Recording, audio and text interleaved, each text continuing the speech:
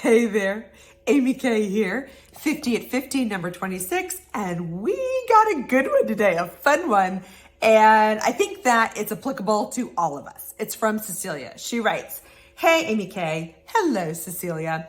What do you say when someone says something so rude it surprises you?"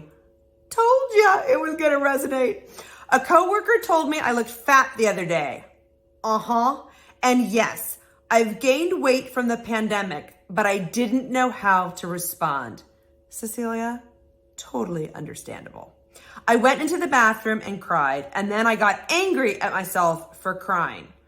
Also really understandable. In fact, all I can think of is that song, "Cecilia, you're breaking my heart." Oh, my heart is hurting as I read this.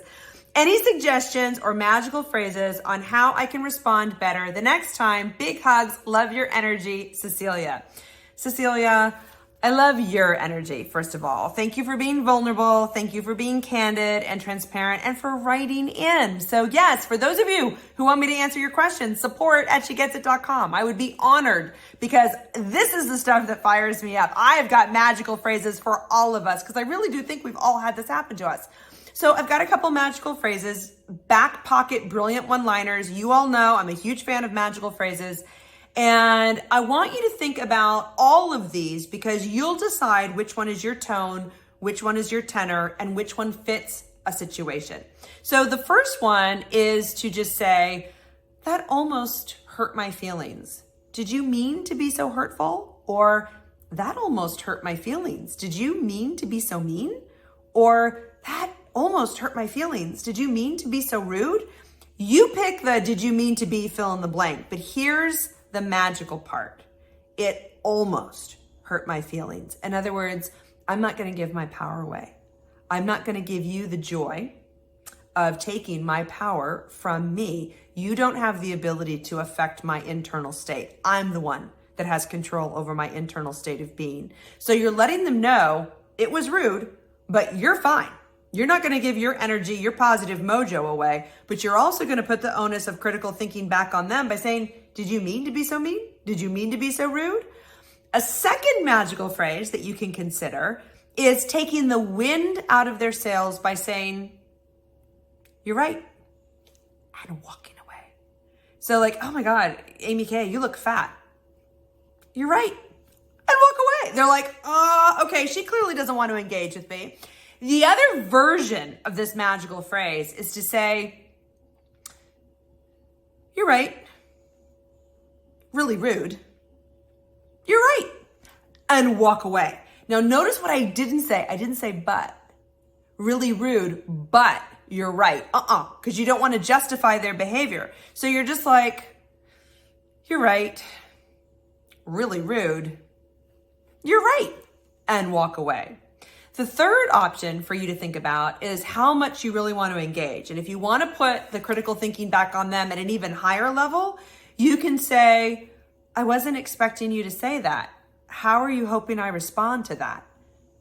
Really engages because now it's not just, "Did you mean to be mean? Yes or no," or "they hem and they haw." But when you say, "How are you hoping I respond to that?" you're actually ready to have a conversation. You're ready to have a dialogue with them. And then you could go back and you could say, "That almost hurt my feelings. That was really rude." Like you could say that later on in the conversation. But if you really want to put it back on them, and sometimes, so in my, like the first 20 years of my getting egregious comments, I froze. Like that was just I was like, "I can't believe you're so rude. So I'm just going to kill you with kindness." And then sometimes, not always, but sometimes I would later regret that I didn't actually speak up for myself, that I didn't use my voice to say, "No, I'm not going to actually accept this behavior." So that's what I love about all of these. And sometimes we need to hold that more than just walking away. So again, these are just magical phrases for consideration. I know we've all been there. People are rude. People say dumb things. And I think it's also really important to close this video with what they say that's so rude is a reflection of their internal state. It has nothing to do with your external state that they're looking at. It's everything to do with themselves. And if you can remember that and hold your own, you can also let it go more quickly. From my heart to yours, hugs. Oh, yes. Okay, I just watched the replay and I wasn't going to share this other magical phrase because I shared it in another 50 at 50 earlier. But then upon watching the replay, I realized, no, I have to say it just in case you never see that other video. So this is magical phrase number 4. You must be in a lot of pain to say something so hurtful, or you must be hurting in order to say something so hurtful. So this is, again, tone, tenor, context, scenario, your choice.